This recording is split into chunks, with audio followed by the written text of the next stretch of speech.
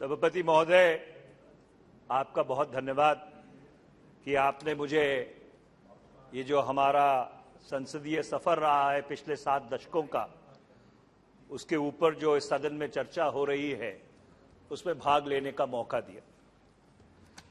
9 दिसंबर 1946 को पहली बार भारत की जो संवैधानिक सभा है उसकी बैठक यहीं इसी सेंट्रल हॉल में हुई थी, पर उसका एक परिप्रेक्ष्य था। अगस्त 1945 में दूसरे महायुद्ध की समाप्ति हुई। पहली बार जो परमाणु शक्ति है उसका उपयोग किया गया और लाखों लोग पूरी दुनिया में 1939 से लेकर 1945 तक मारे गए। और उस परिप्रेक्ष्य में जब भारत के आजादी का संग्राम चल रहा था, इस संविधान सभा की बैठक हुई। पर वो जो संघर्ष था जिसने उस संवैधानिक सभा को जन्म दिया, वो संघर्ष 90 वर्ष पहले शुरू हुआ था। 1857 में जब आजादी की पहली लड़ाई हुई और उसके बाद अंग्रेजी साम्राज्यवादियों ने यह तय किया कि जो भारत की बागडोर है वो ईस्ट इंडिया कंपनी से उन्होंने अपने हाथ में ले ली, तो एक संघर्ष का दौर शुरू हुआ। और वर्ष 1885 से जो भारत के स्वतंत्रता संग्राम का इतिहास है वो लगभग कांग्रेस पार्टी के इतिहास के साथ समानांतर चला। निर्णायक मोड़ 1920 में आया, पहला महायुद्ध समाप्त होने के बाद, जब महात्मा गांधी जो दक्षिण अफ्रीका से लौट के वापस आए थे 1915 में, उन्होंने असहयोग आंदोलन, नॉन कोऑपरेशन मूवमेंट शुरू किया। उसके बाद 1930 में सिविल डिसोबीडियंस मूवमेंट हुई। 1942 में भारत छोड़ो आंदोलन हुआ। और एक लंबे संघर्ष के बाद, जिसमें लाखों भारतीयों ने अपनी कुर्बानी दी और जिस संग्राम का नेतृत्व भारतीय राष्ट्रीय कांग्रेस ने किया था, ये मुल्क 15 अगस्त 1947 को आजाद हुआ। पर उस आजादी के साथ साथ एक आपदा भी आई कि धर्म के नाम पर इस देश का विभाजन हो गया।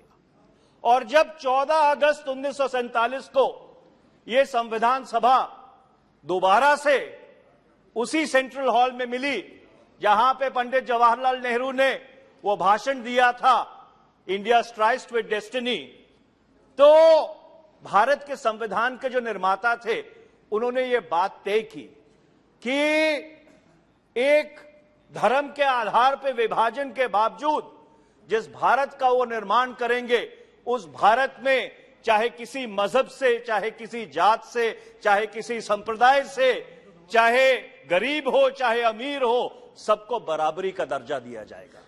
और वो जो मूल भावना थी, उस मूल भावना को उन्होंने भारत के संविधान में पिरोया।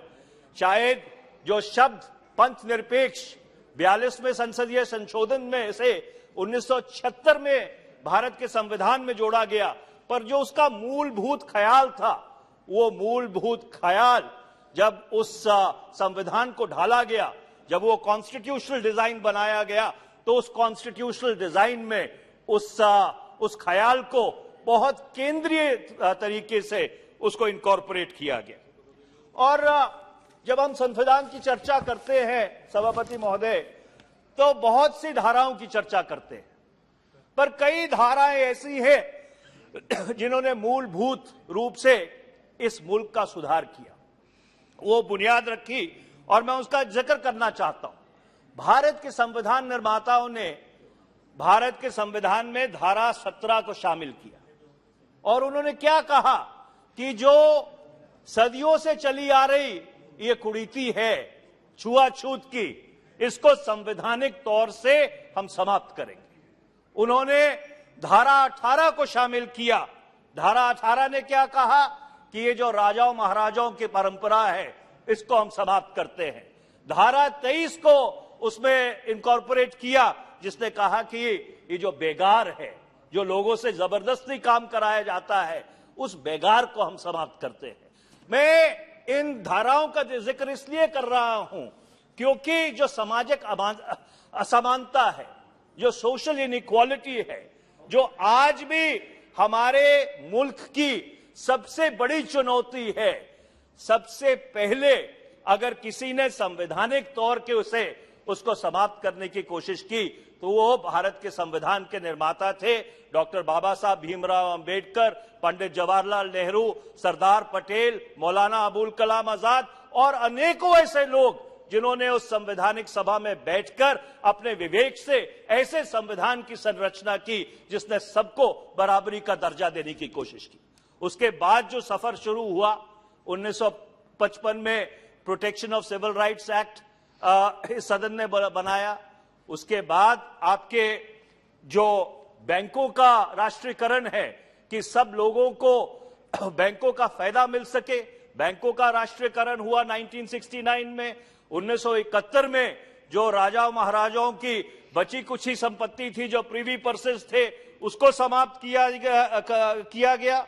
उसके बाद जो शायद सबसे बड़ा क्रांतिकारी कदम इस सदन ने मरहूम स्वर्गीय प्रधानमंत्री श्री राजीव गांधी के नेतृत्व में लिया कि भारत के युवाओं पर उन्होंने भरोसा किया और जो मतदान की आयु सीमा थी वो 21 से घटाकर 18 वर्ष की। 1993 और 94 में ये जो हमारी संसदीय प्रणाली है, हमारा लोकतंत्र है, उसको और ब्रॉड बेस बनाने के लिए जो पंचायती राज से जुड़े हुए प्रावधान हैं वो भारत के संविधान में जोड़े गए। जहां पे पहले एक समय भारत का जो लोकतंत्र था वो 543 जो लोकसभा में सदस्य बैठते थे, 250 सदस्य राज्यसभा में बैठते थे और जो विधानसभाओं और विधान परिषदों में चुन के आते थे उन तक सीमित रह जाता था। संवैधानिक तौर पे ये सुनिश्चित किया गया कि लाखों लाख लोग जो हमारी पंचायती राज व्यवस्था है उसमें चुन के आए और उससे जो भारत का लोकतंत्र है उसको मजबूत किया गया। 2004 में आरटीआई का कानून, 2005 में आरटीआई का कानून, 2006 में मनरेगा का कानून, 2009 में निःशुल्क शिक्षा का कानून, 2013 में फूड सिक्योरिटी एक्ट, ऐसे कई क्रांतिकारी कदम इस सदन में उठाए गए और मुझे इसके कहने में गर्व है कि कई इन सब जो क्रांतिकारी कदम उठाए गए उन सब में अधिकतर तौर पर सर्वसम्मति से इस सदन ने उन कानूनों को पारित किया। ये भारत की जो लोकतंत्र है उसकी सही जो क्षमता है, जो सही उसकी शक्ति है, उसको दर्शाती है। मैं अपनी बात खत्म करने से पहले सभापति महोदय 2-3 बातों का जिक्र जरूर करना चाहूंगा। सुप्रिया सुले जी ने भी उन बातों का जिक्र किया था। ये दुर्भाग्यपूर्ण बात है कि 1952 से लेकर 1971 तक भारत की संसद लगभग 120 से लेकर 130 दिन साल में मिला करती थी। 1971 से लेकर वो जो समय है वो कम होता गया और ये लगभग घटकर 2014 तक लगभग 80 से 85 दिन तक रह गया और 2014 के बाद वो और घटकर 45 से 50 दिन तक रह गया। मैं आपके माध्यम से अनुरोध करना चाहता हूं कि जैसे इस सदन ने कानून पारित किया था कि किसी भी मंत्रिमंडल में 10% से ज्यादा लोग मंत्री नहीं बनेंगे, हमें एक कानून पारित करना चाहिए कि भारत की संसद लगभग 120 से 130 दिन हर वर्ष मिलेगी और यह अधिक जरूरी है हमारी विधानसभाओं के लिए। कई विधानसभाएं ऐसी हैं जो साल में एक हफ्ते के लिए मिलती हैं। ये किस तरह का लोकतंत्र है? और इसलिए यह प्रावधान करना जरूरी है कि जो बड़े राज्य हैं उनकी विधानसभाएं 100 दिन तक मिले, जो छोटे राज्य हैं उनकी विधानसभाएं 75 दिन तक मिले। इसके साथ साथ अध्यक्ष महोदय, सर्वसम्मति से इस सदन में कानून पारित हुआ जिसको हम 10th शेड्यूल कहते हैं, जो एंटी डिफेक्शन लॉ है। शायद समय आ गया है कि उस एंटी डिफेक्शन लॉ को भी दोबारा से हम अपने संज्ञान में लें, क्योंकि जो उसका मूलभूत उद्देश्य था उसका मूलभूत उद्देश्य वो पूरा करने में असफल रहा है। जो पिछले कुछ वर्ष की घटनाएं हैं वो उसको बहुत साफ तौर पे प्रमाणित करती हैं। पर जो हमारी संसदीय प्रणाली में लोकतंत्र है उसके ऊपर उसका बहुत नकारात्मक असर पड़ा है। और आखिर में मैं यही कहूंगा कि सदन में जो सत्ता का दल है, सत्तारूढ़ दल है, उसका अपना एक स्थान है। ये सदन जरूर जो विधेयक सत्तारूढ़ दल लेके आता है उसको पारित करने में के लिए बना है, पर इसके साथ साथ इस सदन में विपक्ष का भी एक स्थान है। जो विपक्ष के मुद्दे हैं, जो इस देश के मुद्दे हैं, जो शायद जो भी सत्ता पक्ष में बैठा हो, हम भी वहां बैठते थे, आज ये बैठते हैं, कल घटनाक्रम क्या रहेगा, कभी कभी उनके अनुकूल नहीं होते। पर संसदीय प्रणाली हमारी तब मजबूत होगी अगर वो जो सत्तारूढ़ दल के लिए भी चीजें अनकंफर्टेबल हो, वो भी पूरी तरह से इस सदन में उसके ऊपर चर्चा होनी चाहिए। और मैं दुर्भाग्यपूर्ण बात है कि सितंबर 2020 से इस सदन में चीन के ऊपर एक बारी भी चर्चा नहीं हुई है, जो हमारे सामने सबसे बड़ी राष्ट्रीय सुरक्षा की चुनौती है।